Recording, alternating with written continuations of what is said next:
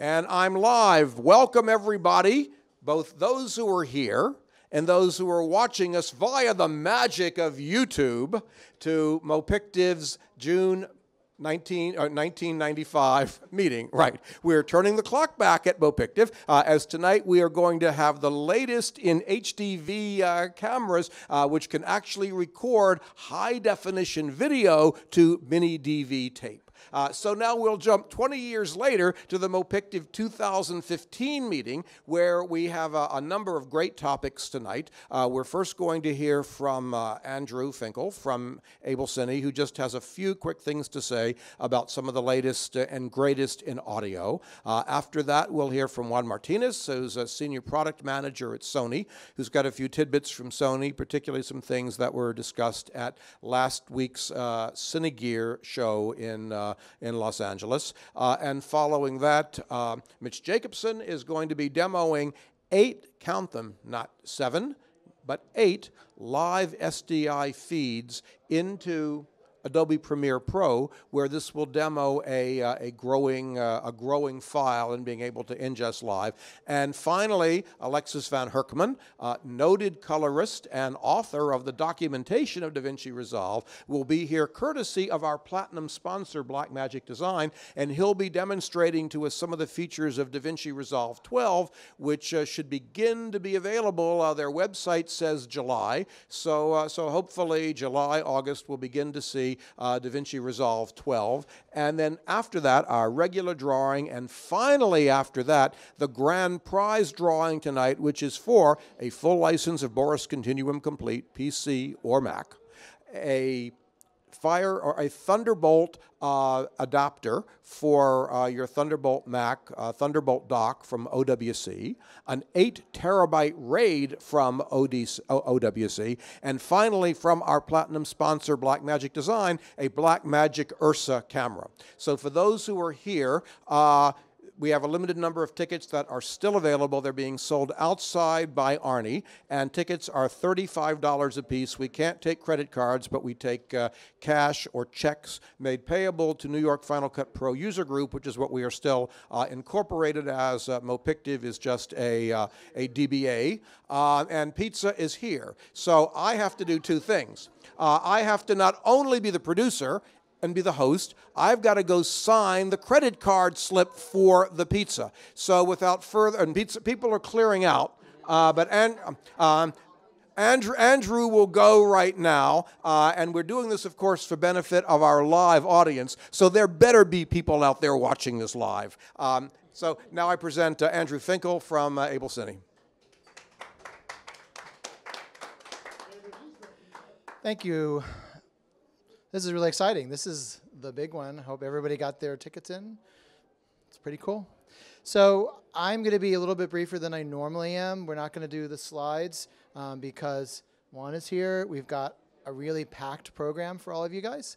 But I did want to talk a little bit about a trend in wireless technology that we're seeing. So at NAB, actually, before NAB, we saw Rode coming out with their Rode Link, which is a 2.4 system, not a traditional system. Great thing about that is once you link them together, they're very solid. They're on a different frequency band than anybody else that's out there. Then, not to be upstaged from that, we saw the launch of the AVX from Sennheiser. And this is a really interesting product. We've talked about this before.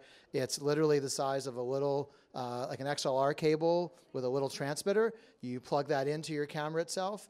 You plug it into the mic. These are actually hard-coded at the factory. And basically, once you turn them on, they look for interference. They'll basically reduce interference. And the other thing that they'll do is that the actual receiver unit will actually monitor the level, and it acts a little bit like a second pair of hands to make sure that your level is always clear and that it doesn't get overloaded. So this is going to be a very interesting technology to look at. And Sennheiser also in the non-ENG realm has a D1 system that's similar to this. All of these are designed so that you can travel anywhere internationally and use them. Of course, then we also saw the shrinking. I don't know, it kind of reminded me, I guess, was it in Zoolander where they had the little tiny cell phone and, you know, it's a little tiny cell phone? Electrosonics has a new SSM that's not much bigger than that. It's pretty small. It's specifically designed to be hidden. A lot of shows right now for talent, especially reality, depending on the costume or lack thereof, there's very little places to hide transmitters. So they've come out with these little tiny units to basically do that. And then what's that? The SSM, I don't believe, has a waterproof version. They are, yeah. Yeah, it's still gonna be for the, for that, or yeah, that, well, or it's certainly for dresses and things, it's a lot easier than having a big ridiculous transmitter to contend with. I guess the other things that I've talked about, and we'll be talking a little bit more about from Abel Cine pretty soon, is the Sony UWP-D.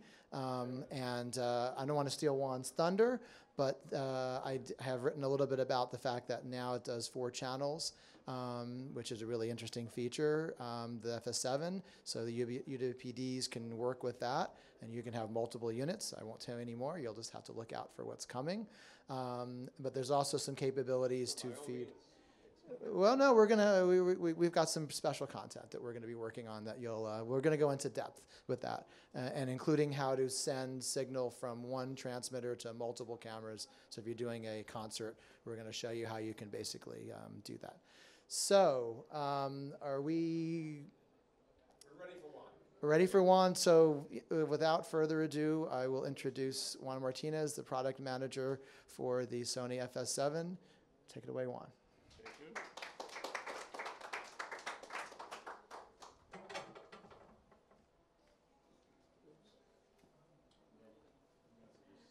How many of you are using cameras with E-mount? Recently, there's a number of new adapters. I just want to make you aware of it. But first, I want to roll a little clip. It's about a minute long. The production value is not that great, but it's very explicative. So for those, in the case of E-mount lenses, I don't have a lot of time to talk about this, so I'll try to come back and talk in depth about this. But E-mount lenses were designed from the get-go to work as motion picture lenses as well as for still cameras. So the iris aperture, for example, opens and closes with 1/100th of a stop precision. And all of the manual zooms, the high-end lenses, the G and the Cal size branded lenses are parfocal. So you can zoom in tight and you can pull back, and they hold the focus. The same thing with the optical axis. So the optical axis does not vary. Now, lenses that are designed for still cameras the lens designer, this is a very low priority to make them parfocal, because you're going to take a still image at the end. So it doesn't matter. And it doesn't matter if the optical axis drifts a little bit and so on. So I'm going to show you a comparison between the SLP 28-135 and a kit lens, a very popular kit lens. Oh, can we switch? The non-anycast switcher. Can we kill the house light? Or there you go, thanks. So this is a test of optical axis stability. So there's a traffic sign, and you can see that as the lens zooms in and out, that the optical axis is maintained. And this is a very popular 24-105 lens. And this is not an issue for still image taking, but it is an image for using for motion.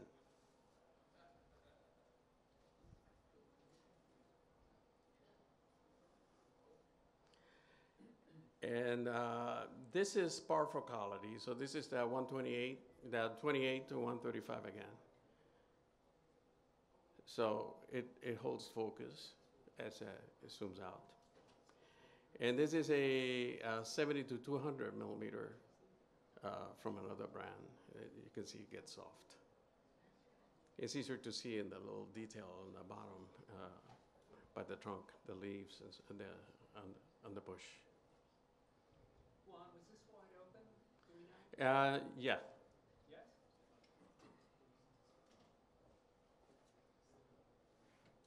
I'm gonna reshoot this more scientifically. And this is focused breathing.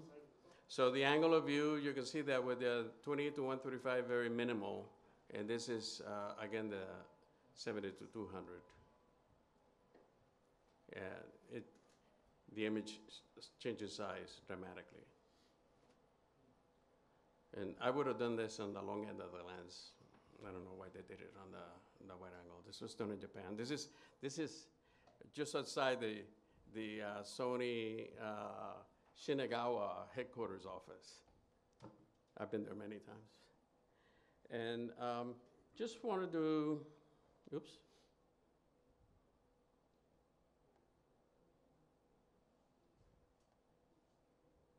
Here you go.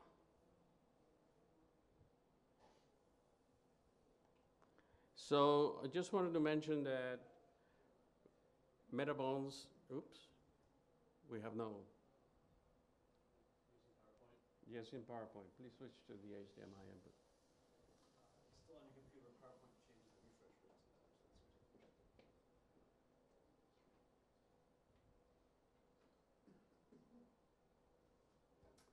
All right. So the Mark IV Metabones is going through several firmware revisions. So some of them are related to the FS7 in particular, and the A7 series cameras as well. And the most recent one was on June 1st. So I really suggest that anyone who owns a Metabones adapter upgrades it. These are, you can go to their website and download it, and it runs very, very smoothly from the Mac. So you can see some of the notes there. And this is something that kind of caught me by surprise. Is the name of the company is Aperture, so APUTURE, and it's a DEC, and it's a EF adapter for the E-mount that has a follow focus and iris control on using a wireless system, and it can be operated up to 300 feet away according to their specifications. This is gives you a little bit of view, and this is available at online, so you can get this. You can see this information there as well. So it charges. It's not powered by the camera. It charges via the USB. If you have an FS7, there's a USB connector on the top of the camera for the Wi-Fi dongle. And if you're not using that, you can use that to charge your iPhone or this adapter as well. And these, not last, I have a couple of adapters here from Keep On, and these adapters seem to be more robust than the Metabone adapters, and Abel Cine carries these, and I'm just going to hand them over. You guys, there's a speed booster version and a regular version. I just want to mention that, you know, having a speed booster adapter is a great thing, because it allows you to have this very broad angle of view, the maximum angle of view with a full frame lens. And of course, this works well with the E-mount camera. It doesn't work with a regular Super 35 millimeter Canon camera, because you cannot put the adapter on that camera. So the angle of view, the benefit of the angle of view is not available. And that's it. So this is a photodiox, but I've heard bad things about it, so I'm not really sure how good it works. Somebody's giving the thumb down. And that's it. Thank you very much.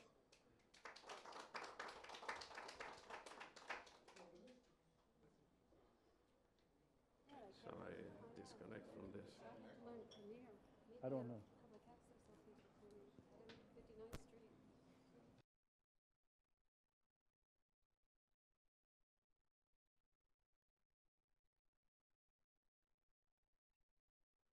Next presenter gets all set up. Just a little internal housekeeping for those who are here live rather than those who are watching live.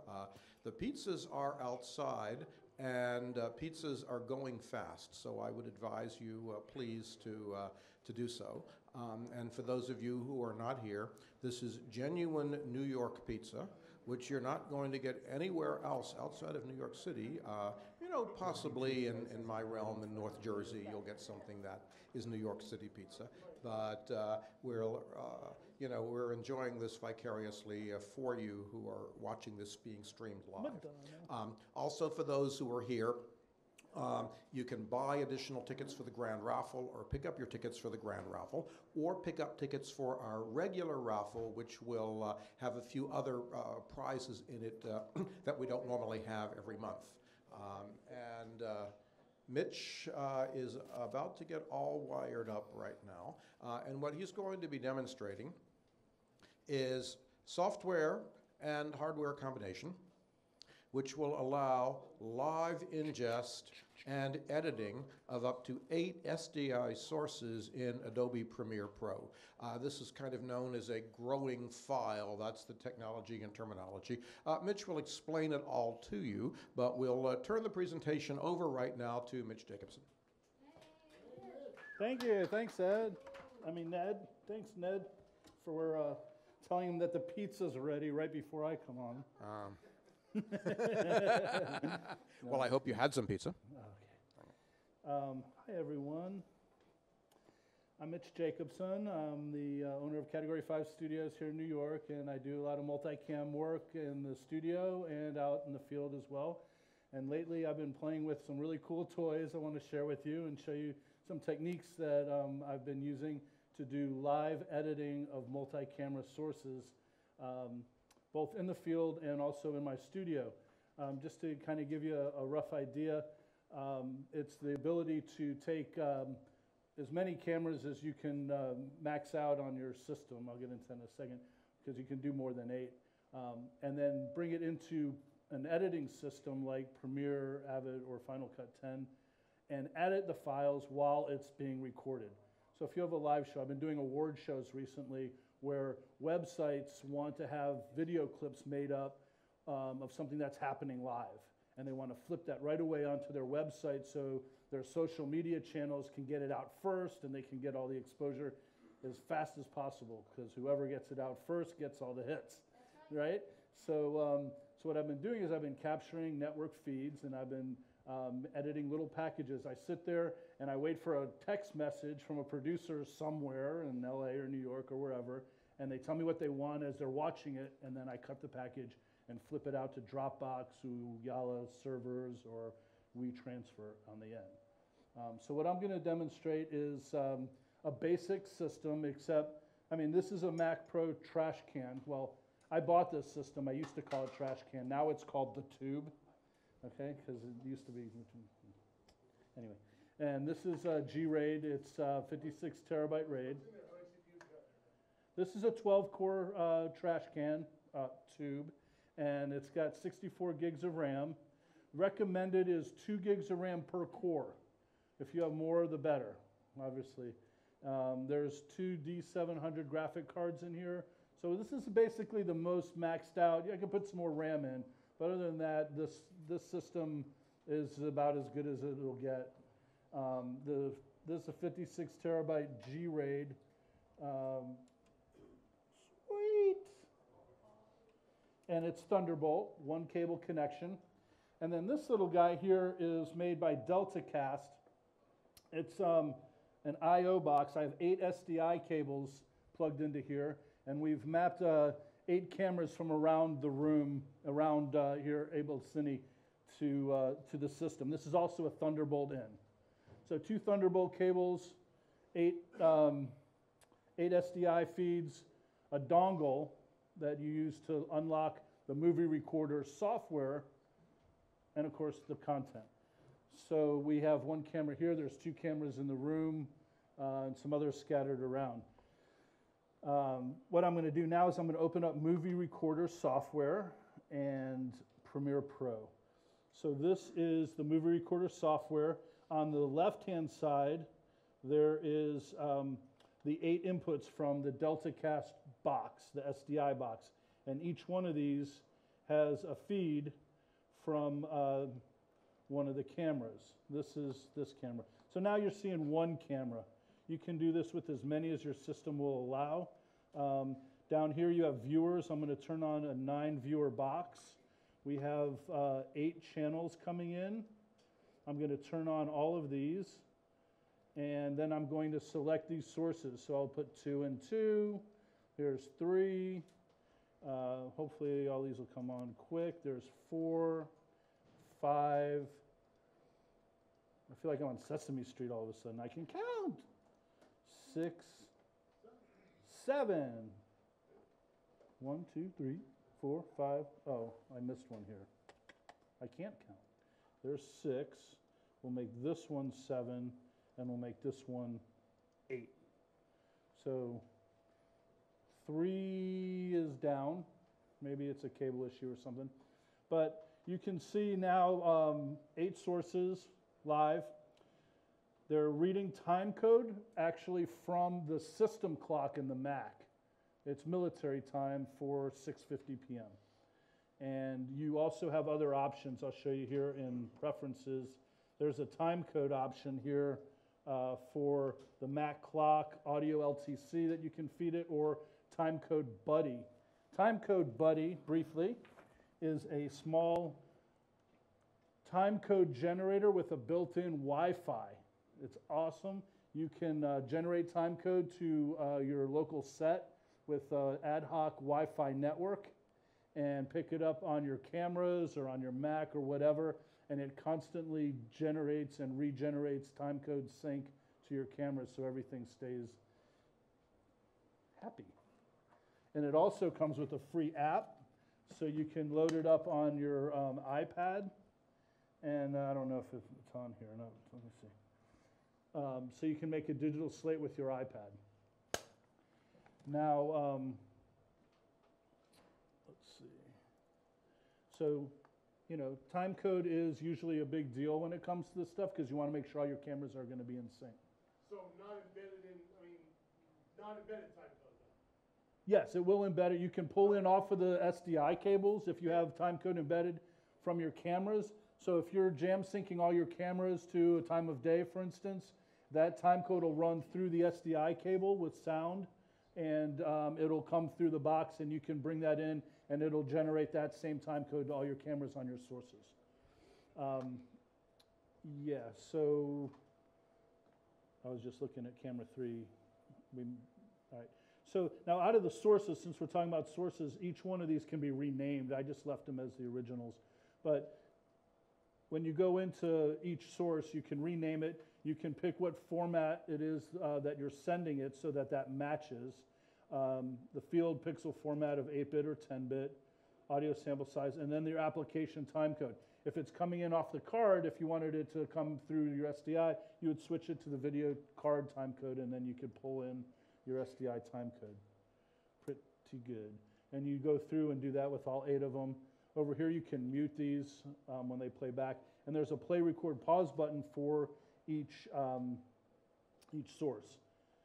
You can also select all of them at once, and then down here at the bottom, there's a gang button, so you can hit one button and they all start recording at the same time. It's a multi-cameraman's dream. Destinations is basically where the files are being recorded to. In this particular case, I've set up ProRes to movies, and I've picked a spot on my RAID that is spinning. While that's catching up, go down to edit while ingest, and this is kind of the heart of the matter here. What we're going to be doing is we're going to be recording this footage and creating growing media files that the Premiere software can then read so we can edit it as we're going along. The growing media files, think of a QuickTime file as usually, it's like a movie. It's like filled with frames, right? So a growing media file is like an empty movie, like an empty box. And as it's recording, it fills with frames until it's full, and then you have the full movie. With growing media, you can start working with it before it finishes recording. So before the box is full. Let me see something here.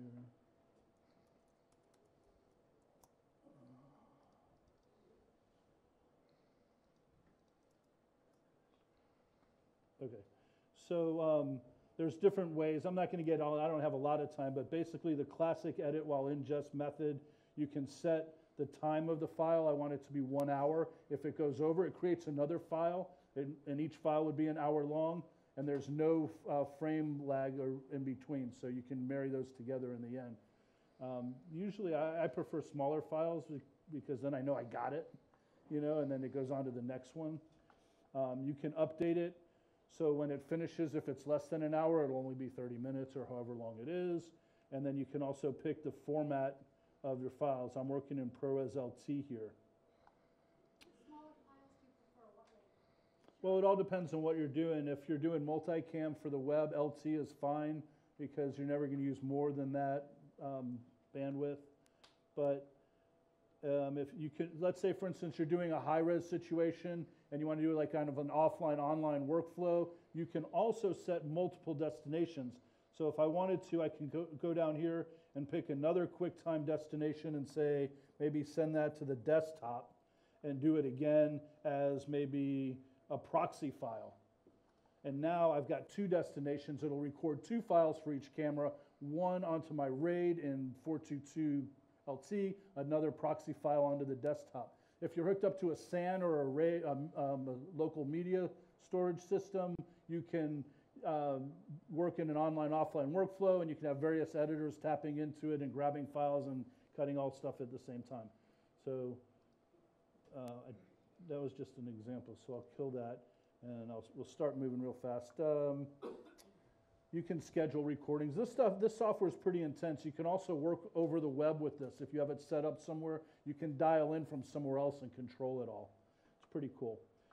So, all right, well, that's just the basic of it. So let's go ahead and let's go back to the sources, and let's select all of these, and I'll go ahead and I'll hit record now. We've gained, I guess, camera 3's out. So that's okay. We'll just let it go. We're rolling and recording. You can see the time code is all matching from the Mac clock, and on the right there's also time code that just shows you the duration of the clips. So we're recording. It's just basically now you're recording 8 cameras at the same time. No big deal, right? Everyone's doing that now. Is this in Premiere Pro? This is called Movie Recorder. Oh, but it's not connected to Premiere. It's not connected to anything, but you can record movie files this way onto your system without anything else. What's cool about it is it creates growing media files, because not only is it making the file, but it's growing, it's making it live.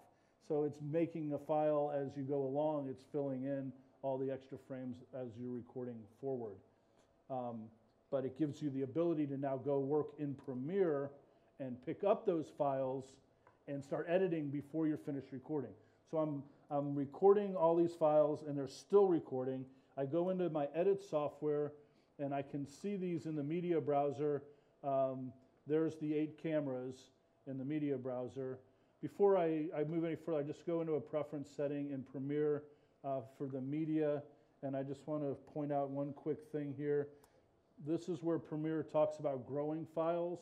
This is where it reads the growing file in Preferences Media, and it shows that you can automatically refresh those files in Premiere. And I put every 20 seconds for this demo because I want it to happen pretty quick. But you can set that for however you like. The only caveat is XMP ID files. Unselect that because that writes kind of like metadata into the file, and you don't want to do that in this workflow. So moving right along, just like anything in Premiere, you would find the files that you want to import into your project, and you select those and import them in. It just takes a second to do that, and then when you switch back to your project, now I have all these. The one thing you might want to notice is that the files are italicized. The names of the files are italicized, And that's because they're growing media files. That's the giveaway. So now, let's see, I'll go over here and I'll show you the rest of the rest of the workflow is just like you would work in multicam in Premiere. So this file, these 8 files I want to group as a multicam source sequence. And I can do that by time code because they all have the same time code. Even though it's from the Mac clock, which isn't a frame-based thing, it still references it. It may be off a frame or two. You can slip that or whatever if you need to.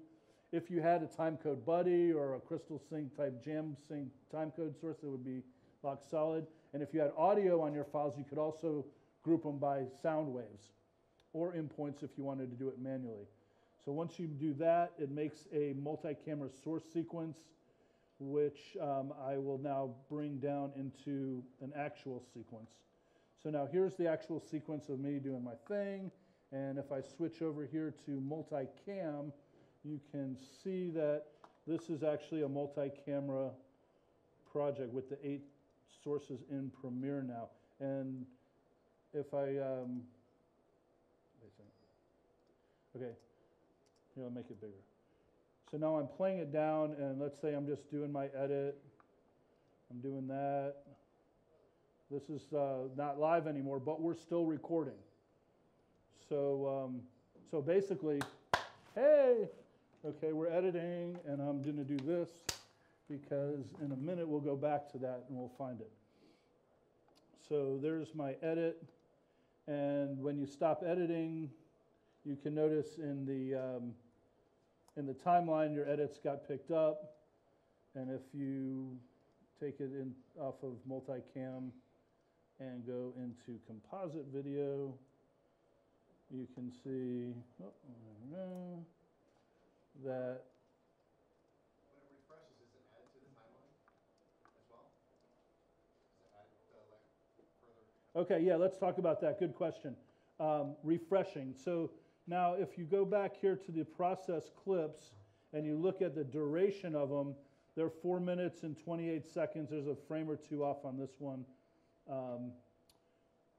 They're going to grow. So the media duration is 427. Every 20 seconds it's going to update. So I guess in a few seconds we should see it. Did it just update? Yep. 449 now. So those files are growing. They grow so fast, don't they? Okay. Now, here's the one caveat with the multi-camera source sequence. You can't extend it here. What you have to do is you have to go back to your project and open your multi-camera source sequence in the timeline. So now you have your multi-camera source sequence in the timeline. You can extend it here. And since it's nested, now you can then extend it in your regular timeline. So now we should be able to find that one little gem where I'm like playing around with the, let's go to this camera. Let's see. I should be able to find that one little thing, I guess, where I was going crazy with the clapboard. It's in here somewhere.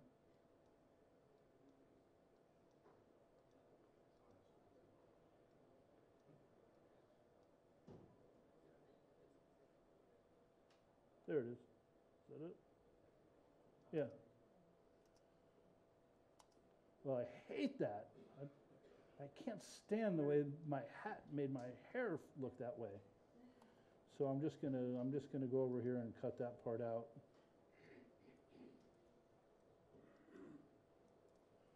All right, so that's gone. And that's basically how it works. And then you can go back over here and check. It's still recording. And I know we're probably running out of time, so I'll stop in case anyone has any questions. But that's basically the gist of it.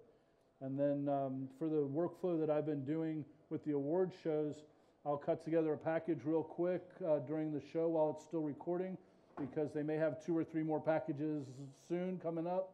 And I'll cut them and I'll put them up to Dropbox or Uyala server or WeTransfer or whatever. And then everyone's got their video clips on their website as quick as possible. Yeah, you can do it anywhere. I mean, are you the guy in the truck? Am I the guy in the truck? I'm the little guy in the truck, yeah. With all the all the equipment, with all the wires going into Madison Square Garden? No, I mean, the whole idea with this is you can fit it in a backpack or a small suitcase and you can go anywhere and set up. If you're doing a show with like a switcher and you want to record ISOs, this is a good way to do that in addition to whatever else you're doing, because now you can send it to editors on the set and you can do this off a laptop as well. Sometimes what I've done is I've taken this system to ingest and then network it to a laptop where I have another person editing some clips off of the same files. So you can do a couple things at the same time and you could have teams working. Is this only a Premiere Cloud, or is this? No, this is just Premiere. The movie recorder software creates the growing files to record on your hard drives. Final Cut 10 can pick up growing media files and work with them, so can Premiere and Avid. But can Premiere from CS6, that's what I have. I think CS6 does work with growing media files as well, yeah. 2 channels audio per ISO? It'll do 16 channels per yeah. But I think most of it's 8 down to SD. Most cameras do 8, yeah. But it'll do all 8 channels of ISO. Are there any latency issues? No. What's the price point on movie recorder? So movie recorder is $1,000 a channel. And they have a package with the hardware. It's $12,500 for the whole thing, which is cheap compared to other situations that you would build yourself. But it is still expensive. That's for the Kodak in the box, and you got the price of the You have to have your own system. two. It comes with a dongle and a box to record your stuff with. Yeah. So for But you don't have to buy all 12 or all 8. You can just buy 1 or 2 or 3. 2 channels, there's 2 cameras? What's This is 8 channels right here with 8 cameras. Each camera is a different channel. I mean, I've done this with network feeds too. It doesn't have to be a camera. It could be any source. Easy to upgrade if you want to go from 3 to 6 channels or something? Yeah, you just buy another license. Yeah. But the package is called M80 that they sell. And it comes with 8 licenses and the DeltaCast SDI capture box. The hardware's in there, you just unlock it. You download a driver for your Mac or a PC and So you you... can go from 2 channels to 8 channels. It's just a software key. Yeah, if you look at the top of this, it says 11 licensed sources on here. That'll tell you how many that you have available on your license. Yeah, it's just a download. They put them on dongles and they send that to you. So you probably have to get a new dongle, or maybe you can update it over web, I don't know. Yes, sir. Could you repeat the questions from the audience? Because Sure. it's not coming through the screen or through the... Okay. I'll repeat the questions. Was I the guy in the truck? Is there latency? How many audio channels can be embedded? So far, I think we're caught up. So in terms of getting a video out, so you put the file in the timeline, I assume you need another device that Premiere understands to be able to play back. Yes, the question is about the output of this, because this box is an input. This is a capture box. It doesn't have to be this box, by the way. I've worked with the Blackmagic Ultra Studio cards. I've worked with AJA cards. You can have... That's a channel count issue, I would suppose. Yeah, like Blackmagic has 4 channel boxes. You can gang up as many channels as you need. Those boxes have ins and outs. So you can, like, say, do 4 channels in and 1 channel out. So you have your ins and outs in one box. Yeah, and the same with the AJA boxes. They also have ins and outs in theirs. And DeltaCast may make a box that has ins and outs. The thing about this box is it's really small, and you can just throw it in the bag with the rest of the stuff. So does anybody else have any questions about this? Okay, we have a question in the back. I only have a couple more minutes. You might have said it before, but you're using in your RAID normal discs or SSDs? Oh, these are normal disks. All this stuff is just right off the shelf. So the question is, am I using SSD drives in my RAID? The answer in this case is no. I'm just using all standard stuff right off the shelf. So the G-Tech 56 terabyte RAID is just so you can buy this at Abel, Cine, or wherever, and then same thing with the Mac. Huh? That's not bad, really, that's a pretty fast little range. Yeah, but it's not really about the capacity as much as it's about the speed. Yeah, the Thunderbolt speed is enough to carry it, but really where the speed comes in is the graphic processing and the cores in the Mac, because you need to have like 2 gigs of RAM per core to be able to handle a 422 signal in the recording side of it. The RAID can usually handle all that stuff pretty well, but depending on how long your shows are, if you have 8 cameras and you're doing 2-hour show, that's 16 hours worth of 422 footage in one night, all going to the RAID at the same time. So you, That's like 60 gigs an hour per camera, so that's not, I mean, it's it's not that much really in the scheme of things. I mean, who would need more than 512K anyway? 42 gigs an hour or 24 frames per second, so it's an LT, so it's not. Exactly. So what we're saying is it's not really asking too much of the systems. Now, if you wanted to double down and have like going to a SAN or having a backup storage, then you just figure that into your project and get another hard drive and throw it in there. So it's just technology enabling us to do more things faster. And if I don't get this stupid joke in, are you guys? We have 1 minute for my stupid joke. For your stupid joke, right? It's just that I feel like interlaced video is so selfish, don't you? I mean, it's like, couldn't they call it 1080 us?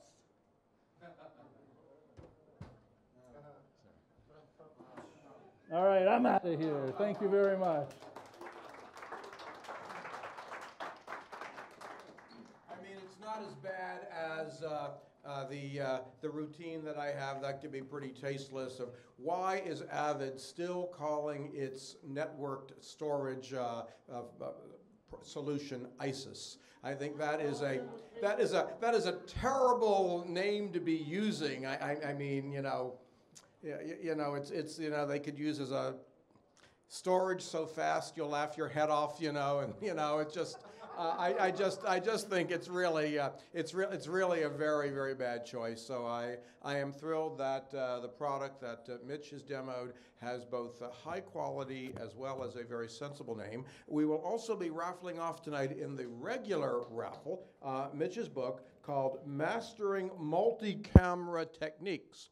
Mitch will also autograph that for you at no extra charge, which means that raises the value of this book from Focal Press from its $54.95 to at least $5,495 by virtue of the fact that this is going to be raffled off, autographed. And again, for those that are present, the grand raffle prize is still for sale. And the regular raffle tickets are for sale as well. Remember, you get one just for breathing, and then the others are $2 a piece or 3 for $5 for subsequent. And we have our usual assortment of things, plus a couple of extra books that we'll be throwing in as well. One of the reasons that people I know came tonight, other than the grand prize raffle, other than Mitch, and other than genuine New York City pizza from Greenwich Village, is to see a demo of DaVinci Resolve 12. And we're very fortunate tonight that courtesy of our platinum sponsor of Mopictive, Blackmagic Design, Blackmagic has sent to us none other than Alexis Van Herkman, who is former New York resident and a noted renowned colorist, and more than that, the writer of the documentation of DaVinci Resolve. And now he tells me he's even been working with the design team over the whole process of the creation of DaVinci Resolve. So this is really something that many of us have been looking forward to, and I hope that those who are watching this on the web as well will enjoy this demo of the forthcoming DaVinci Resolve 12 from Alexis Van Herkman.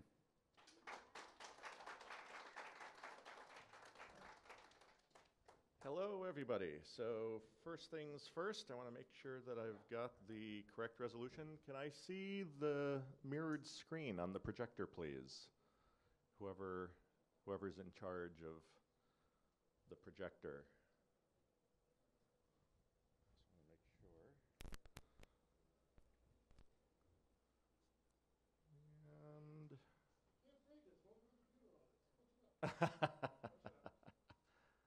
And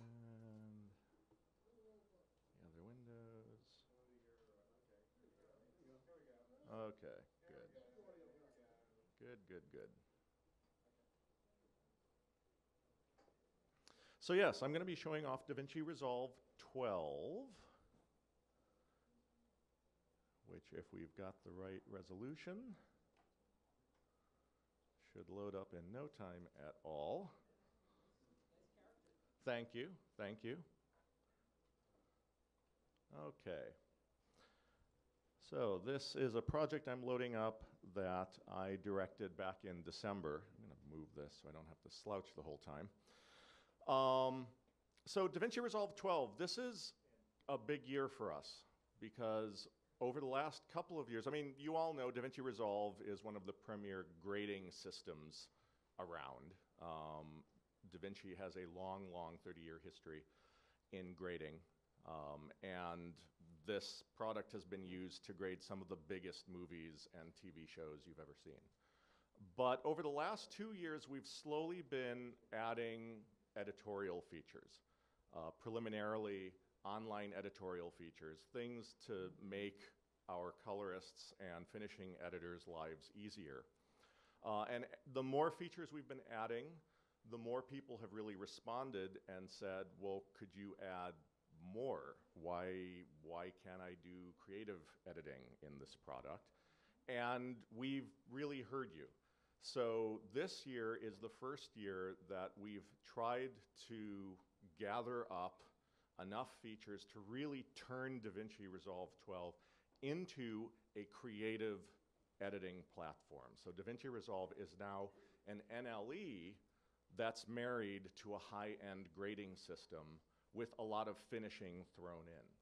So if you've got a project that you want to cut it and grade it and get it out as quickly as possible, you can do it all right inside Resolve 12, and you don't have to go to another application. You don't have to launch anything else. Now, we still have all of the workflows that we supported before, so we can bring in XML, we can bring in AAF, we can export XML, export AAF, we can deal with EDLs. So whatever combination of applications you want to use, we still support all those workflows for import and output. So if you want to do round-trip workflows, if you've got special utilities that process via XML or EDLs, we support all of that. And we've added a few new interoperability options as well that I'll get into in a little bit. But enough chit-chat. Let's take a look at some things. So the first thing you'll notice, first off, raise your hand if you've already used or seen DaVinci Resolve, previous versions. Okay. So as you can see, just from the first screen, the look and feel has changed somewhat. It's not night and day, but we've continued to evolve the UI. And one of the things I like to point out when I have a little more time to present is that we've made the UI a little more customizable than it's been. So up here at the top, there's a series of buttons that let you open and close different parts of the UI as you need them. So if you don't need to see media storage, you'd rather have a larger viewer, you can hide it, bring it back. If I jump into the edit page, I've got a timeline lined up there. Let me just open up a clip so it looks like I'm editing something. And as I'm working in the edit page, you can see that I now have a new option for the media pool to be either half height for a bigger timeline or full height so that I can see more media as I'm working along. We have the ability to open and close just about every part of the UI, and this carries through into the color page. Each page has its own set of controls for opening and closing different parts of the UI that you may or may not decide you need. So the UI is much more customizable, it's much cleaner, it's very approachable and very easy to learn for people who are just getting started without sacrificing any of the features or any of the power that our power users are familiar with. So we spent a lot of time on that. Now, the way I've structured showing you the new features is very much along the lines of what I think Resolve's strengths are. And the strength, again, is editing and grading together in a single application. So I'm going to be demoing you everything within the context of things that editors and colorists are both going to use pretty regularly. And I'm going to start with DaVinci Resolve Color Science. So if I scrub through this project here, and let me just turn my, there we go. That's a decent level. As I scrub through, you can see that this is all log encoded footage. For those of you who don't know what log encoding means, it's flat out of the camera, designed to preserve all the highlights, all the shadow detail. It's great for grading, but it's terrible for editing because it looks dull, listless. Clients don't want to see this, but often this is what you're given to work with. Now, we had plenty of workflows for dealing with this before, but they required you to do some grading. In DaVinci Resolve 12, we have built-in color management, DaVinci Color Management. So what I can do if I jump back here to the media page where I organize all of my media is I can go ahead and tag all of the clips with the correct color space. I can identify what they're supposed to be. And to help me do this, I'm going to show you another new feature, which are smart bins. So in this particular project, I have footage that comes from a variety of Blackmagic cameras, and some of them require different color profiles than others. So I've got smart bins. If I double click, these are rules-based bins that automatically scoop out all the footage in my project of a particular type, and I can add multiple criteria if I want to customize the smart bin to find, say, all the close-ups in scene 3 that come from a particular camera. In this case, what I've got is a smart bin that's scooping out all of the Ursa footage. So I simply select all those clips, I right-click, I go to my Input Color Space submenu, and I choose BMD 4K Film. That's the profile. And just like that, you can see that the clips have become normalized and are much more colorful, at least as colorful as a Minnesota winter allows. If I go down here to the production camera, there are all the production camera clips. And I can right-click those, assign the appropriate color space. This isolates all the pocket camera clips. I right-click those. Those want the regular BMD film profile. And just like that, if I jump back into the edit page, I now see normalized clips, and I'm in a much better position to edit my material. The key thing I want you to walk away knowing is that A, this is not a LUT. I'm not assigning LUTs to these different clips. I'm assigning profiles, and DaVinci Resolve is using math to do the normalization under the hood. What this means is I'm preserving all the overshoots and all the undershoots. So if I've got clips that have lots of latitude and a ton of information in the highlights, I'm not clipping that out by using DaVinci's color science. So when it's time for me to go on and grade the material, I can just grade, pull all of that highlight detail back in as I need it, and it gives me as good a starting point as a colorist as it gave me as an editor.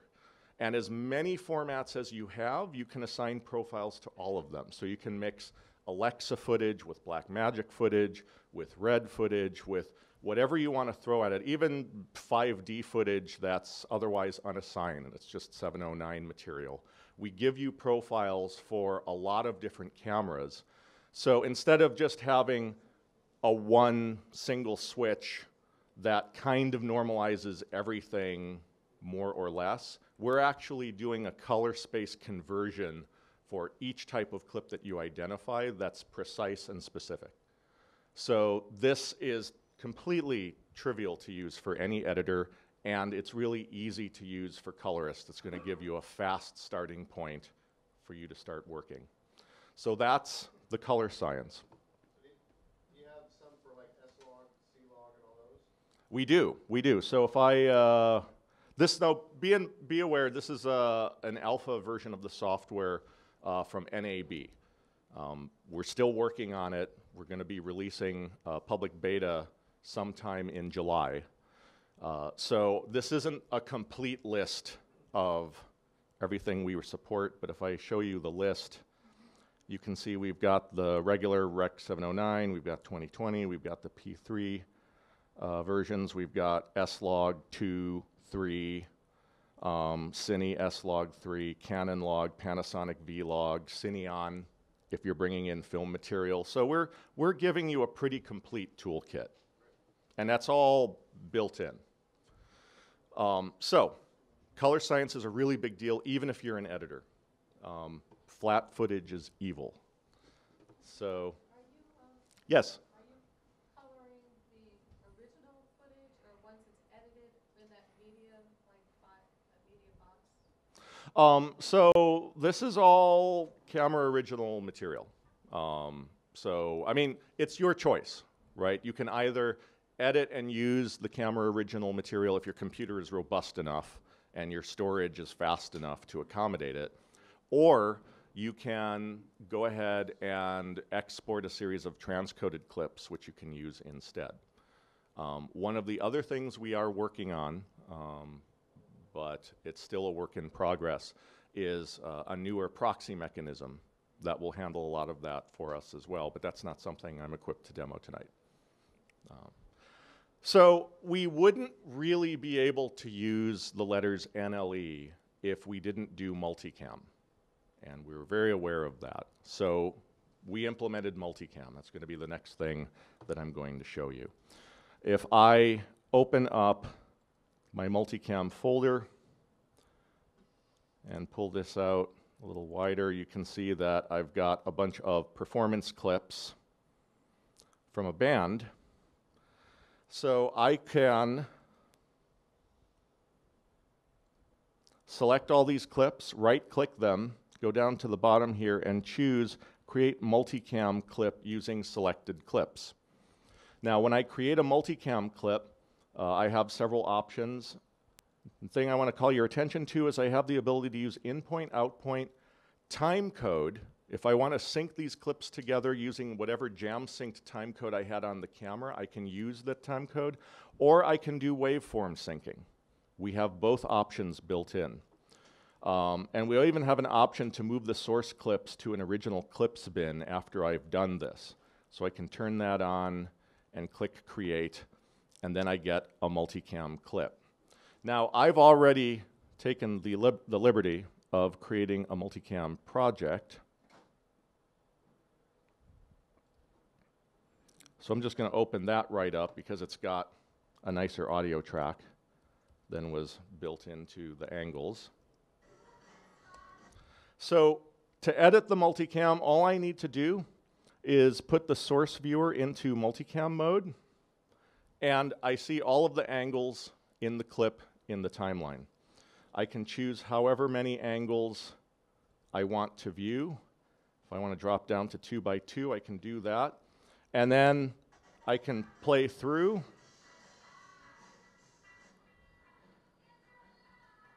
and click my way through to add edits. Or I can option click to change the angle without introducing a cut. And we do as much of this as we can live. So you can see as I'm making cuts, the edits are appearing in the timeline. We try to give you as much feedback as we possibly can. If you've got multiple pages of angles, we have controls for letting you switch among them. And we also give you the option to cut both video and audio, or just the video or just the audio. So pretty much all the controls you would expect to have, we now have built into Resolve for multicam editing. Additionally, I can right-click any clip and access the angles that way. So if I want to just razor blade up a timeline full of clips and choose my angles manually, I can do that. But another thing I want to call your attention to, this is DaVinci Resolve. We do have grading that's only one click away. So if I want to grade the multicam clip that I'm cutting with, I can right-click it, open it in the timeline, and I'm going to shrink everything down so you can see that I've got this stack of clips. These are all of the angles. So I can rearrange my angles down here. I can manually resync them if I want to change something. I can add more angles. But with all of those clips exposed, I can jump into the color page, and now you can see I've got all of my angles lined up in a row. And if I go into unmix mode, I can switch to any angle I want,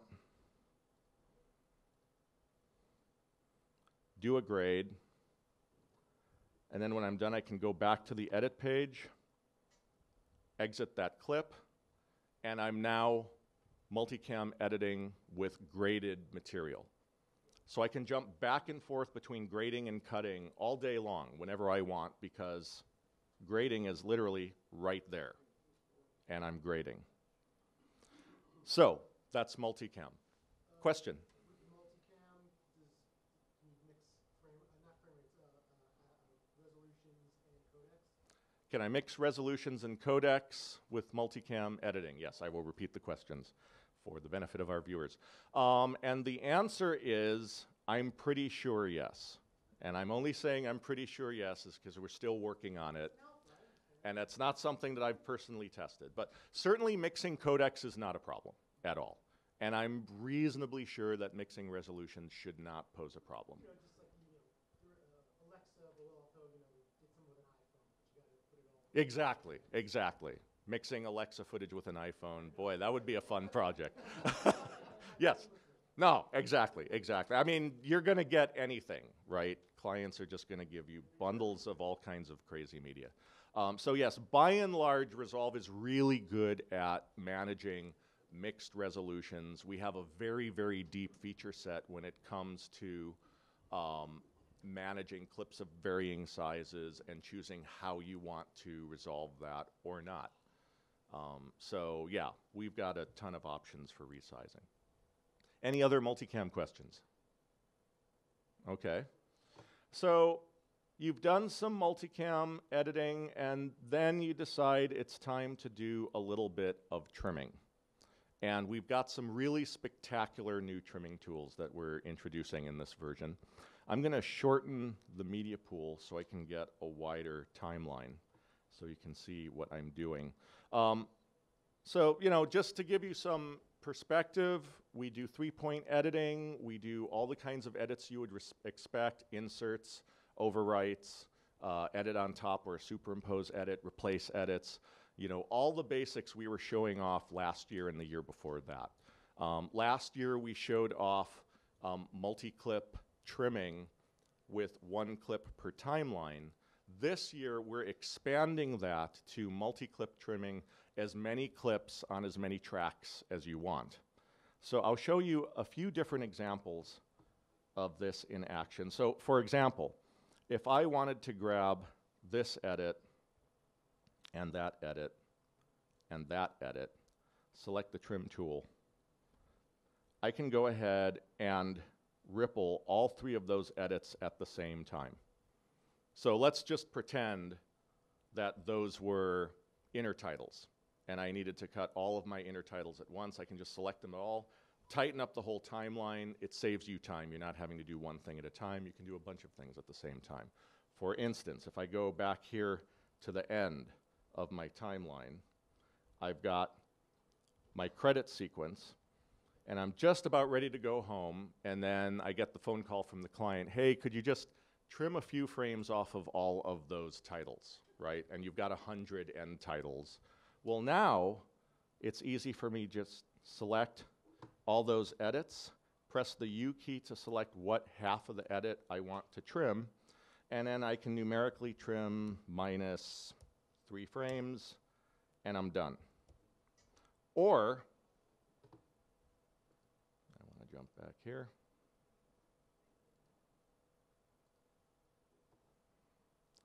I can select all of those and just drag them. So we're just trying to make it really easy to do cumbersome things like this as quickly as possible. And while we're at it, we also enable asymmetric trimming on the same track. So if I go to the beginning here, I can play through this and say I don't like the relationship between each half of that edit. I can select the outgoing edit point and separately select the incoming edit point of the following clip. And I can go ahead and rock and roll these together via a ripple. Or I've got, I'll zoom in a little bit. I've got this B-roll clip, and it's just way too long for that moment. But the part of the clip I like the best is the part right in the middle of the clip. So I can select the in point and the out point individually, and I can ripple both against the middle.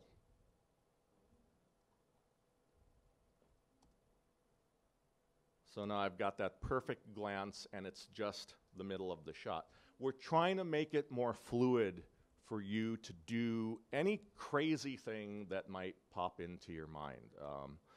And we don't know what that might be, so we're just enabling everything, basically, in the way of trimming. Another thing I like to show is, if I zoom out a little bit, oh, this is a little thing. I've got a little more time to present tonight, so I can show a few more fun things. Shift-Z frames up the whole timeline to the current width of the timeline, so your whole edited project fits in. It's now a toggle, so I can jump back and forth between my zoomed in state and zoomed all the way out. So that makes it really easy to navigate your timeline. I can jump out, move here, jump back in, jump out, move here, jump back in. It's just a really nice way to get around, and it's just toggling Shift-Z over and over.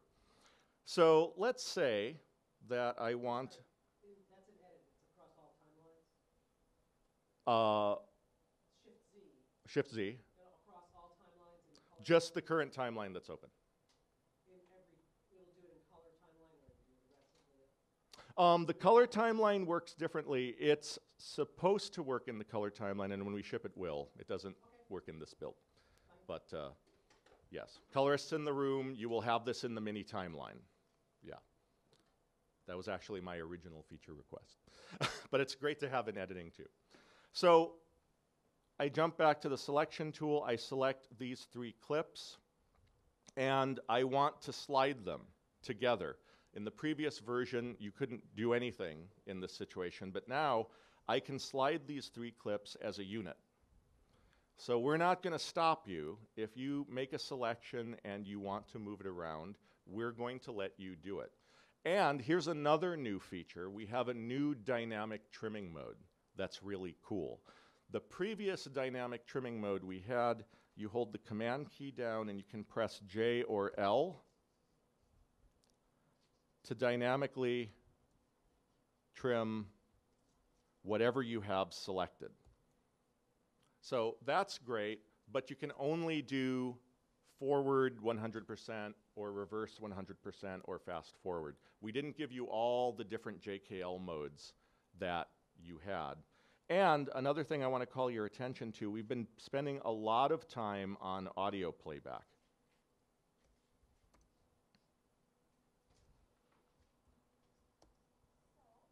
All right.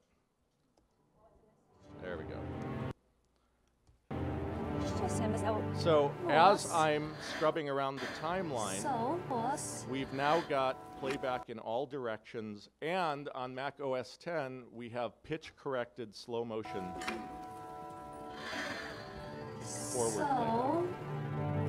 What's the message? We didn't have this before, and our scrubbing is much improved. So basically, all of my audio playback in the edit page is just 1,000 times better than it was last year. So the editing experience is completely modern in this version of Resolve. So getting back to trimming, let's say I select this edit point and this edit point and this edit point for whatever reason. I decide that this is a good idea. If I press the W key, I go into dynamic trim mode. And now the JKL keys are only trimming. So this is a full-blown I'm only trimming mode. And when I use it, I get dynamic trimming with audio playback, and I can do it frame by frame. I can do it slow motion forward, slow motion reverse. And I have full audio playback, and I can use the arrow keys to select which edit point I want to monitor while I'm making these trims. So without needing a trim window, we do all of this right in the timeline. The timeline updates for live feedback. I can pretty much I can press U to make this into rolls. And now I'm rolling all of these. I mean, I can set up crazy stuff. If I have a lot of superimpositions, I can trim all the superimpositions at the same time. It's just great for giving you real-time feedback, no trim window, it's all right there. Yes? When are they allowed to applaud me? Anytime you like. Anytime you like.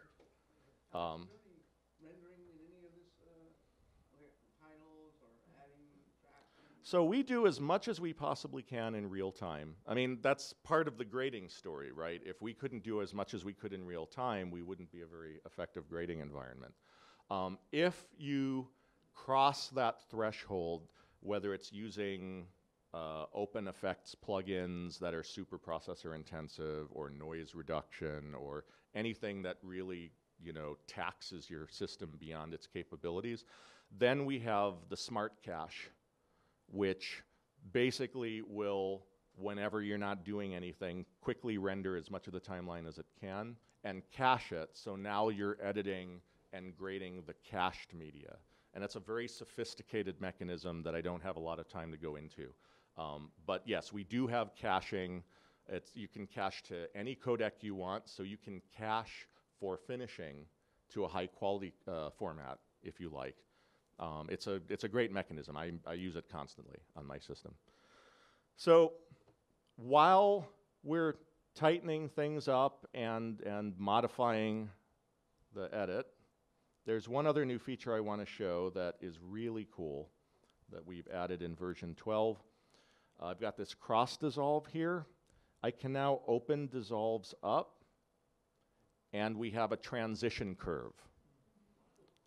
So if I double click this to open up the inspector, this is just a little shortcut, I don't have to do this. But if I choose in and out for easing, you can see that I now have Bezier handles. So if I want to create a custom curve that has a really slow out and a quick in, I can set that up. It's real time. It's just that easy. And I can copy that transition as many times as I want. Yes? Are you thinking about the fader handles? Yeah, absolutely. If so this is any transition, right? It's a wipe, a heart wipe. You can use a curve to have it move as slowly as you want. You cannot save presets at this time. You can copy. Yes. We're very aware that that's something that people are going to want to do, and the team will get to it just as soon as they have time to breathe. They're still wrapping up everything but I haven't demoed for you yet. So, but yes, that's definitely something we need to do. I don't know if that's going to be in the first version or not. This is super cool. I mean, this is high-end finishing. This is high-end finishing right here. Yes, another question. How do you handle audio-only edits? Is it like a magnetic timeline, like on F10? Or? How do we handle audio-only edits? It is not a magnetic timeline because we are a finishing application. Finishing editors typically want to be highly organized with the way the tracks are set up. So we do have some sophisticated audio stuff that I'll be showing in a little bit. So I'll actually defer this question until you see what I'm about to demo, and I think you'll get a better idea how we handle audio. But one thing you should know is we handle multi-channel audio inside of single tracks. So we have multi-channel tracks. So if you've got, say, 5 source channels from production, we don't expose 5 tracks unless you want to edit those separately. If you just want to edit them all together, we just keep it tidy and give you one item in one track, and we try to keep it simple for people. So, trimming. Having done a little bit of trimming, you probably want to start playing around with the color. And one of the new features that we've got is extremely editor friendly, because we know that editors aren't always good at color. But we want to give as many people as possible the ability to get started using color in Resolve. So if I jump into the color page, I'm going to switch projects, switch timelines to this one. And I'm going to hide the mini timeline to try and give myself a larger viewer. That's pretty good. So this is the source camera footage for this scene. Those of you who are familiar with the work that I do for Ripple Training may recognize this scene from a past title. This is what came off the camera. No one actually originally saw this. But you can see these clips are all over the place. If you're an editor and you've got a client that's going to come by in about a half an hour and you did the cut, but you don't really want them to see this because you know they're going to get hung up on it, or worse, they're not going to notice the colors off and they're going to think that the problem is in the edit, right? So you don't need it to be beautiful, you just want everything to match, and that's what this next feature is all about. I'm going to shift select all of those clips so you can see what I'm doing. I'm going to go into split screen view and I'm going to show all of the selected clips at once. And I'm going to select just this green clip and I'm going to select shot match to this clip. And just like that, we take a best guess pass at how to make them all match. Now I could do this with any clip I want. So if I wanted this scene to be warmer, I can choose the warm clip, and now I've graded to that. So it's now, to be fair, and I always like being honest, this isn't going to work this well for every single scene. Your results... you are going to, mileage will vary depending on the media. But the objective was to give you a good first pass that would at least let you, keep editing. Or if you're a colorist and you're in a hurry and you try it on a scene and you get generally good results, you can build on top of this, because one of the challenges that we undertook was to make sure that whatever we did using this tool, we wouldn't destroy the signal. So even though it's a black box operation, because it's really heavy-duty math under the hood, we're never going to stretch the signal in some bizarre way and just give you something that you're not going to want to build on top of. And we're still preserving the overshoots, we're still preserving the undershoots. So even if you're a colorist, this is something that I suggest you try out and get the hang of which scenes it tends to work well for and which scenes it doesn't. Because this can definitely be another tool in your arsenal for working a little faster. And oh, by the way, let's just say that we generally like this okay as a starting point, but we want to add another node. So I'm going to add a serial node, and I'm going to just ease off of that extreme warmth. I don't need it to be that warm. And maybe I want to use this new unified curve that we have. We've made a big change to the curve. Instead of 3 curves in a row, they're now overlaid over one another.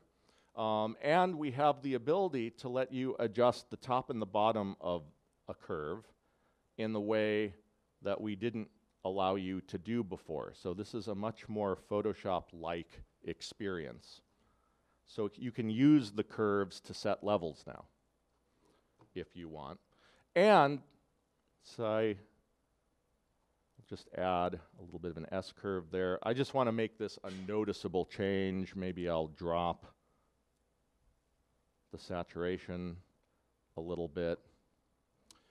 Were I to just want to edit one particular curve, I just select the curve I want and adjust it.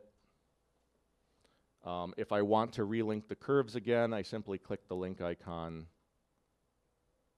and I go back to that. Now, here's one of my favorite features. If I hold the Option key down, I can snap any point on the curve to the neutral diagonal, which is no change. So even if I'm in the middle of creating some incredibly elaborate, complicated curve, and I decide, you know, I just want this part right here to be neutral, I hold the Option key down, I can snap it to neutral. Very simple. So, having set all this up, I now probably want to ripple this to all of the other shots in the scene. I still have them selected, so I can go up to the color menu and choose Append Node to Selected Clips. And just like that, I've copied that node to all of these other clips.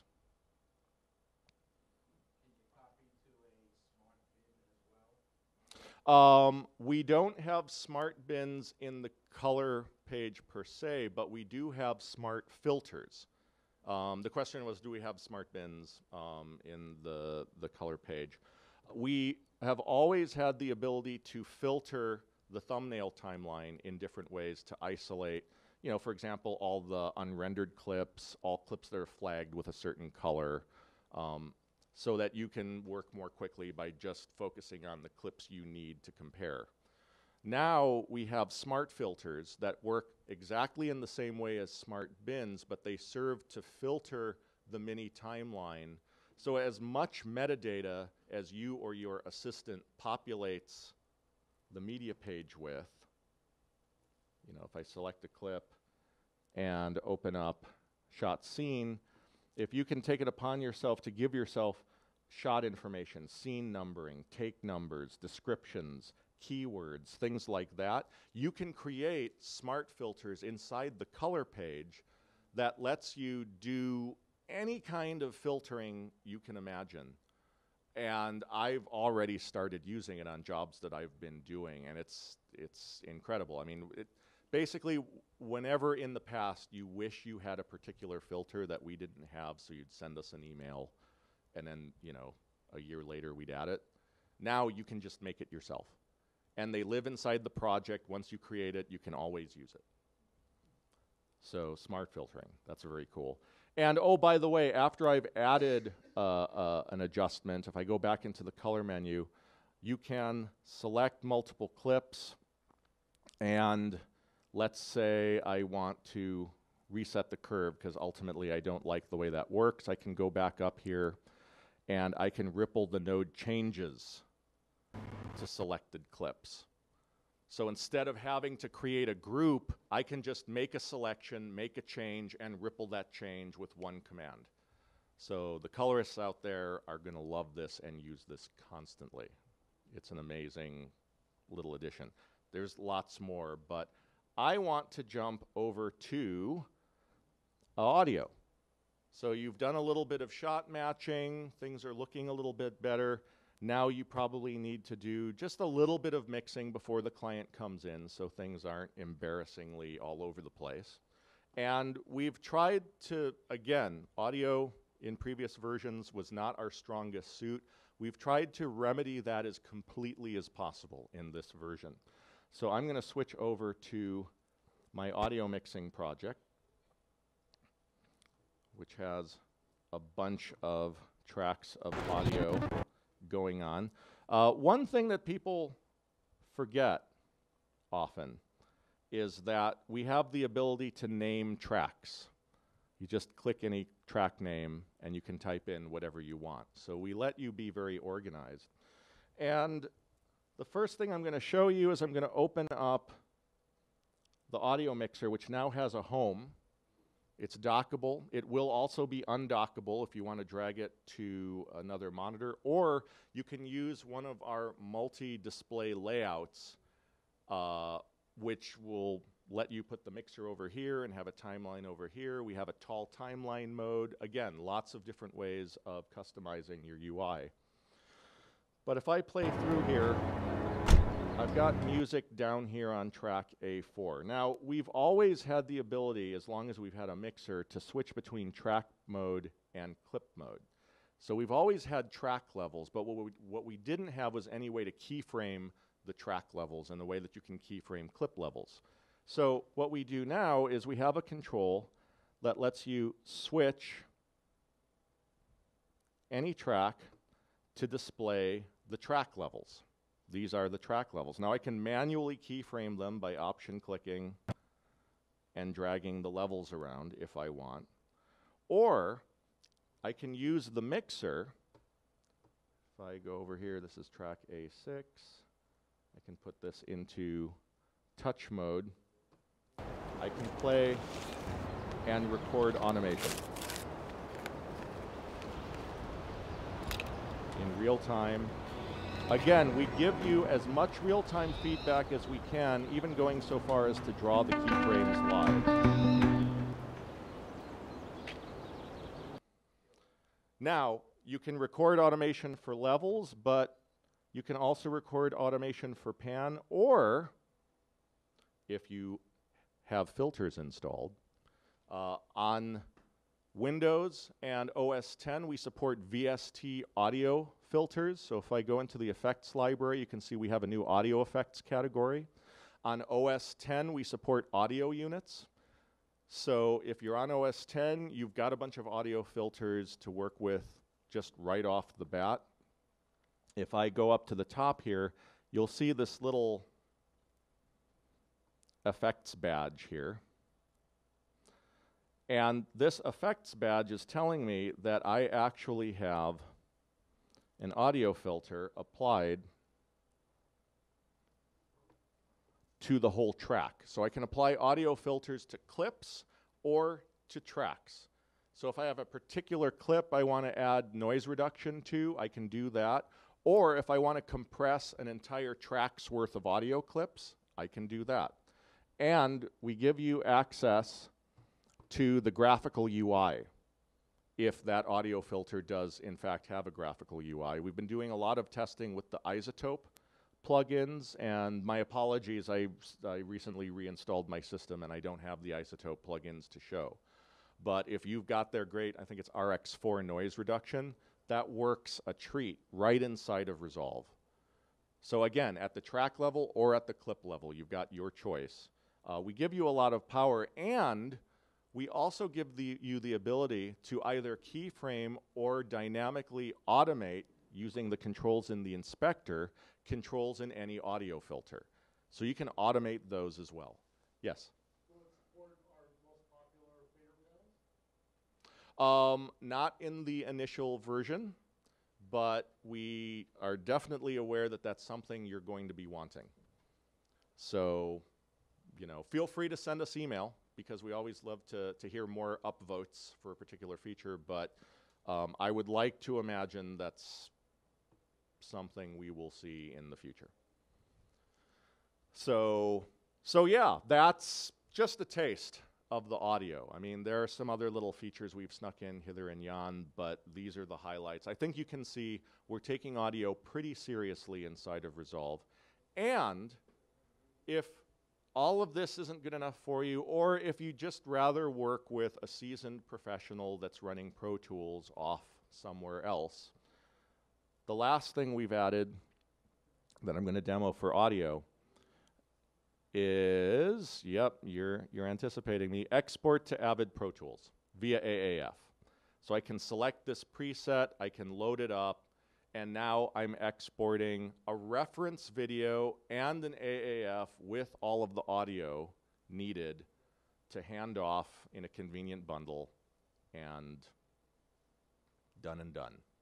So again, even though we can do more right inside of Resolve, we know that a lot of people have workflows that, you know, require them to interoperate with other apps, and we want to facilitate that as much as possible. So Pro Tools Export is a big deal. I'm really happy we have it.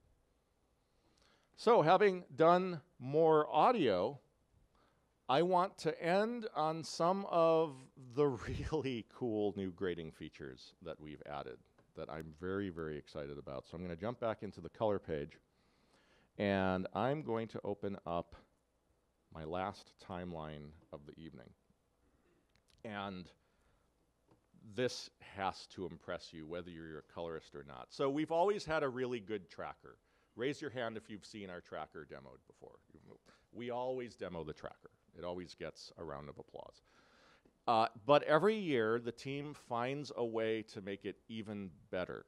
And so this year, the improvement is to add the ability to do true 3D tracking. Not planar tracking, but 3D tracking. We're actually analyzing the 3D within the scene using math.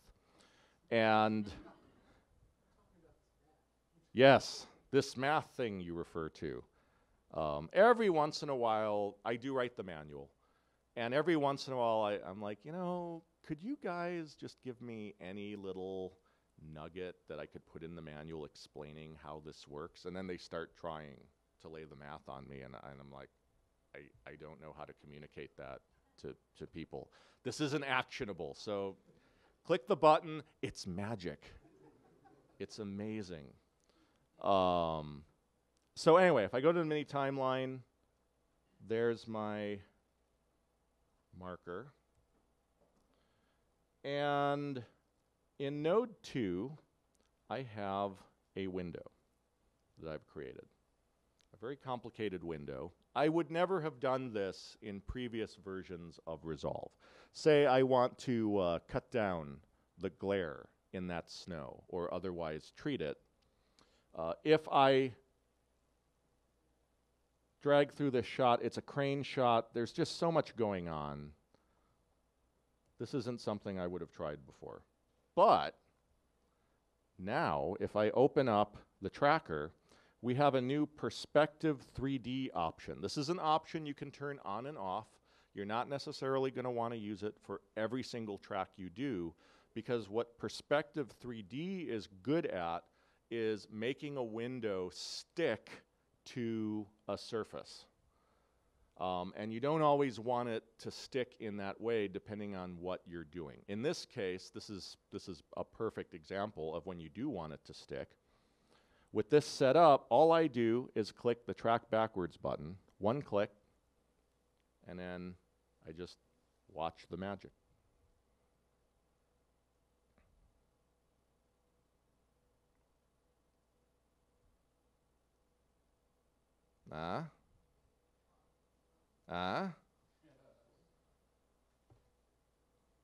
I'm not doing anything, I'm just watching. So that's enough of that direction. If I go to the end, the other thing I want to impress upon you is that it's extremely occlusion resistant. So he's going to walk right over it. And it's going to still hang on. It's just really good at figuring out. Thank you. Yes, please. Feel free to applause. And it's just as easy to manipulate your window with the tracker applied to it as it's always been. So you can see right here, I didn't anticipate this extra area of snow. Well, it's an easy thing for me to just go ahead and make a change. I'm still in clip mode. So, I mean, if I was doing this for real, I'd add all kinds of curves, but I'm just being sloppy. And so, having done that, it transforms exactly like it should. How am I doing for time, Ned? All right. I got 5 minutes, so I'll show you one other little thing that I think you're really going to like. This replaces the old keyframing mechanism we had for tracking. The keyframe editor hasn't changed. And by the way, one thing I haven't shown you is that we've got a dock for the scopes now. So if you just want to set, you're working on your laptop, you're on set, and you don't have a second monitor for scopes, you can just turn them on right here, and they've got a home instead of floating around in the window. So what I'm going to do is go back to the window palette, and I'm going to create another custom window. And I'm going to just isolate this grille and headlights. Not particularly artistically, but just enough to make a point.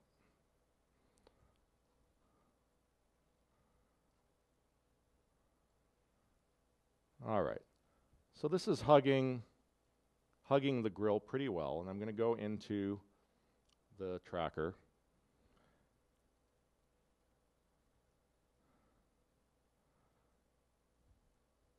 And I'm going to track backwards because he's going to pull out.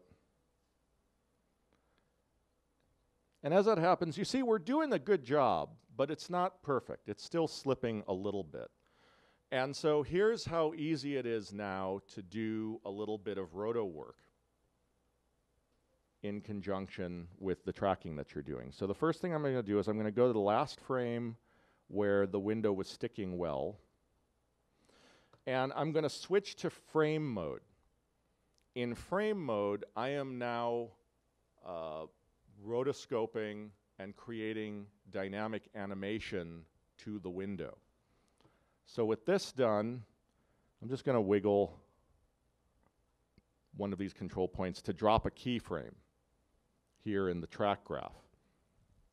And I'm going to go back there, and I need to zoom in to be able to do this. So I'm just going to tighten that up.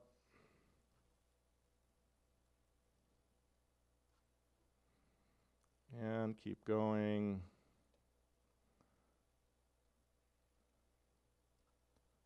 Tighten that up. And just like that,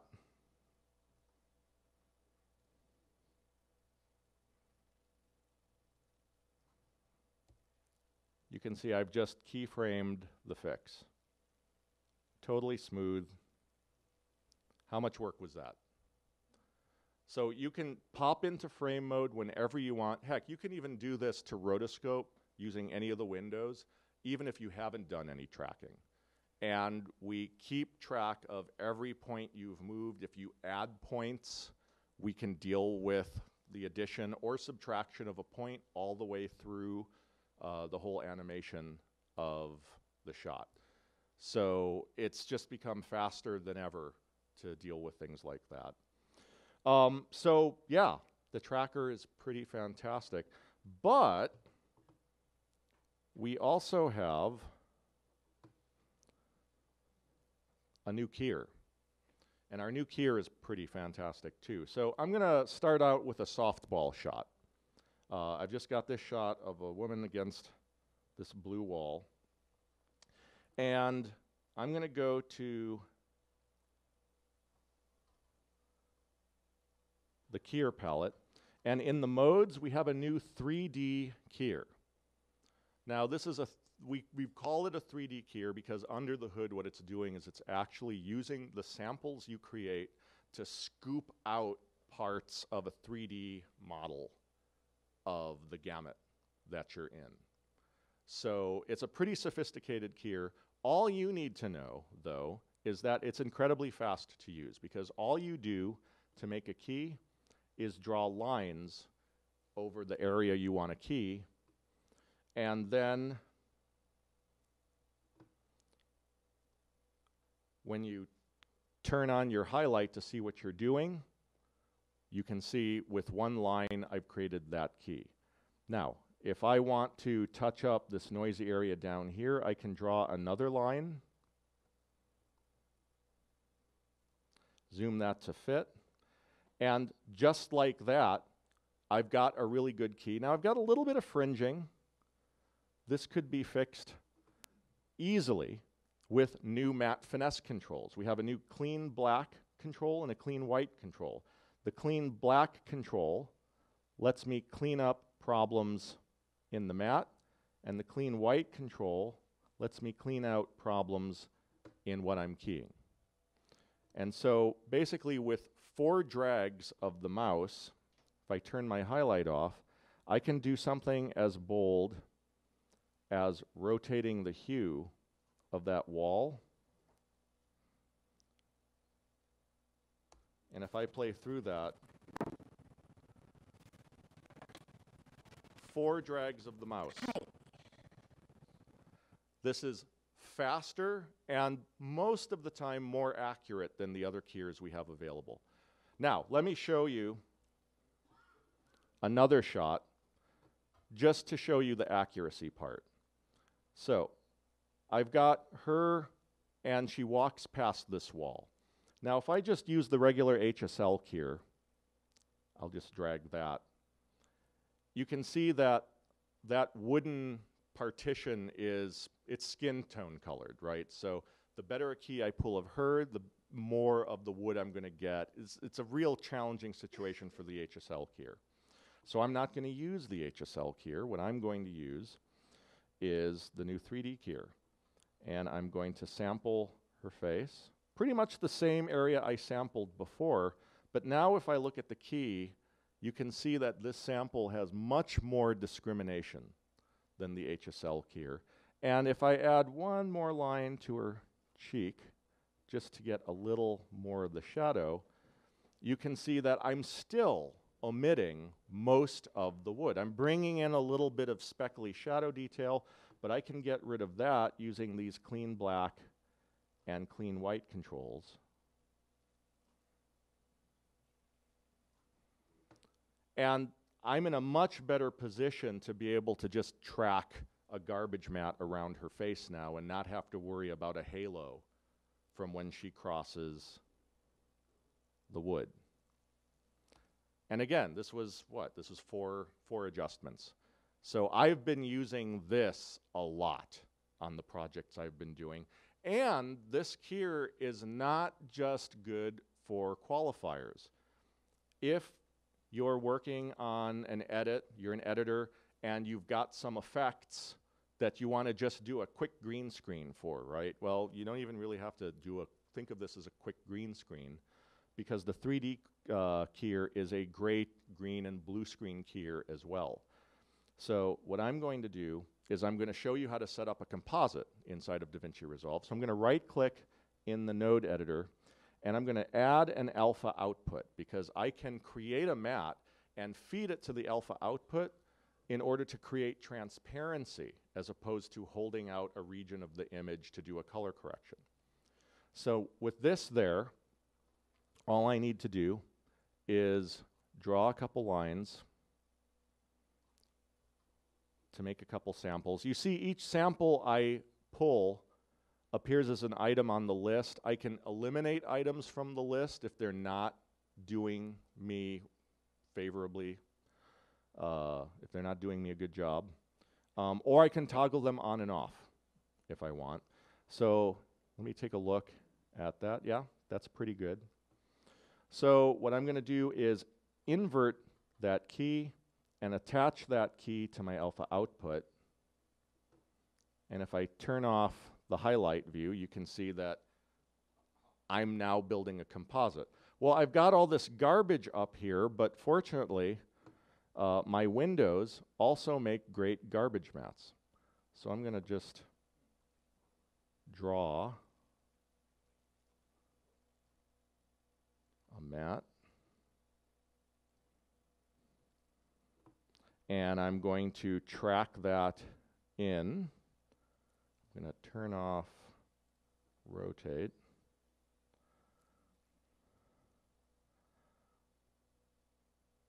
So I'll just let that track in. Need to fix that a little bit.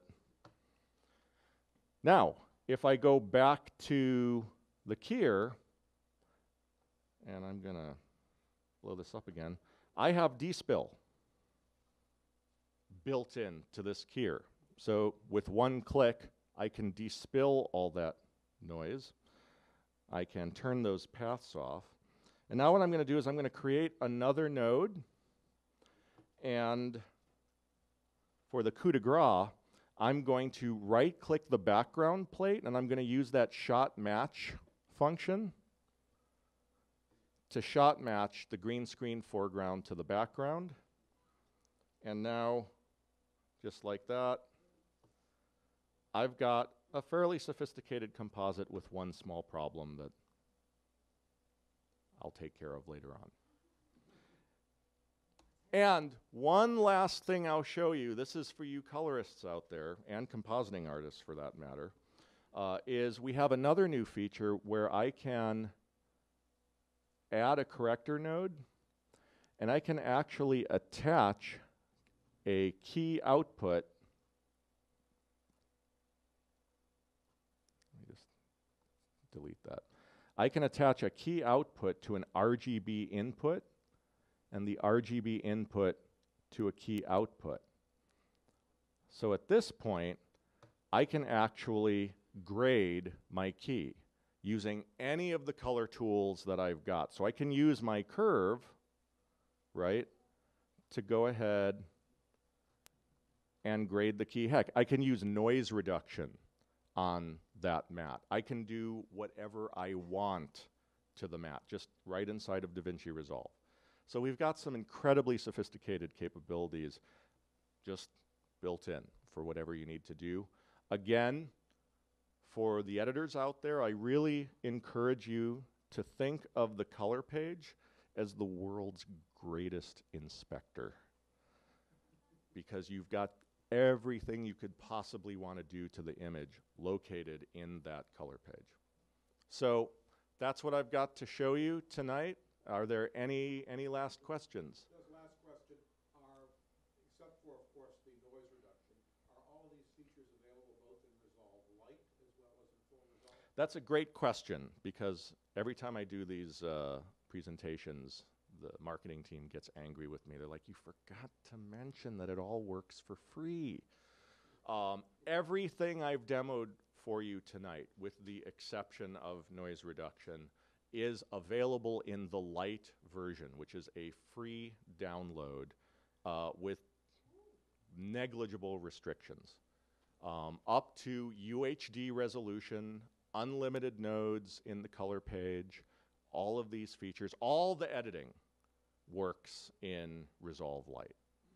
And the only things you don't get are things like stereoscopic grading, which you may or may not care about. You don't get collaborative workflow. You don't get higher than UHD resolution. So if you want to make a proper DCP, that's the full DCP resolution, you can't. You know, there are a handful of other limitations, but for a lot of people, the Lite version is a perfectly useful piece of software that they can do everything they need to. Yes? I noticed that most of your drop-down menus don't have any keyboard shortcuts. I wouldn't say that. I would say no, we have a lot of keyboard shortcuts attached. I will point out to you that we have keyboard mapping. So, yeah, every single command that appears in a menu can be mapped. And if we haven't mapped it to begin with, it's just that we're kind of running out of keys with the standard layout. So you can create whatever custom layout you want. And depending on what other applications you're familiar with, we know people jump back and forth among applications, and wouldn't it be nice if everything just used the same stupid shortcuts? So we have presets for Premiere Pro, for Final Cut 10, and for Media Composer. And those of you who are coming from Final Cut 7, you'll find that most of the keyboard shortcuts are fairly Final Cut Pro 7 friendly. So if you know Final Cut 7, this is going to be a snap for you to learn. Yes? What's the OS necessary to run this version? You're going to want Yosemite. The question is, what OS is necessary to run this piece of software? And I believe you're going to want to use Yosemite. So you got a little while to upgrade if you haven't done so already. Yes? Now, with them acquiring Fusion and the way you have things set up there with the keying and everything else, is there talks that you could be able to have Resolve talk with Fusion? Oh, we're always talking about a great many things. What I will say is as far as I'm aware, and I'm not directly involved with the Fusion team, as far as I'm aware, the Fusion team is very, very much busy with porting to OS 10 right now. So until that's done, I'm not sure what you're going to see in the way of interoperability. I mean, you know, well, let me just put it this way. I have my various fantasies for how I'd like the cooperation between the two groups to be. And I'm sure going forward, some of those will be acted upon. But right this minute, they're just trying to get it ported. So, and just having Fusion available on OS 10 period is going to be a huge deal. So, you know, I'm looking forward to when they're done with that, and then we can think about what the next thing might look like. Any other questions? Well, thank you so much. It's been fun.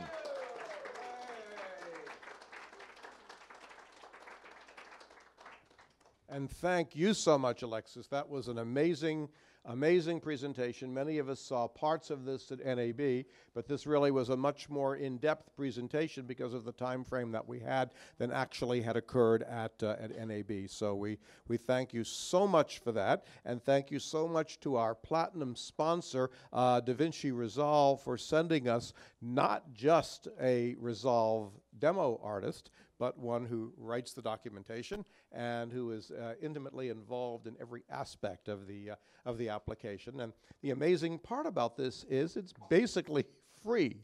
So, you know, you wonder how they can make enough money from free Resolve to be able to sponsor Mopictive, but somehow I guess they have enough other products that people are paying for that are able to achieve that. We have a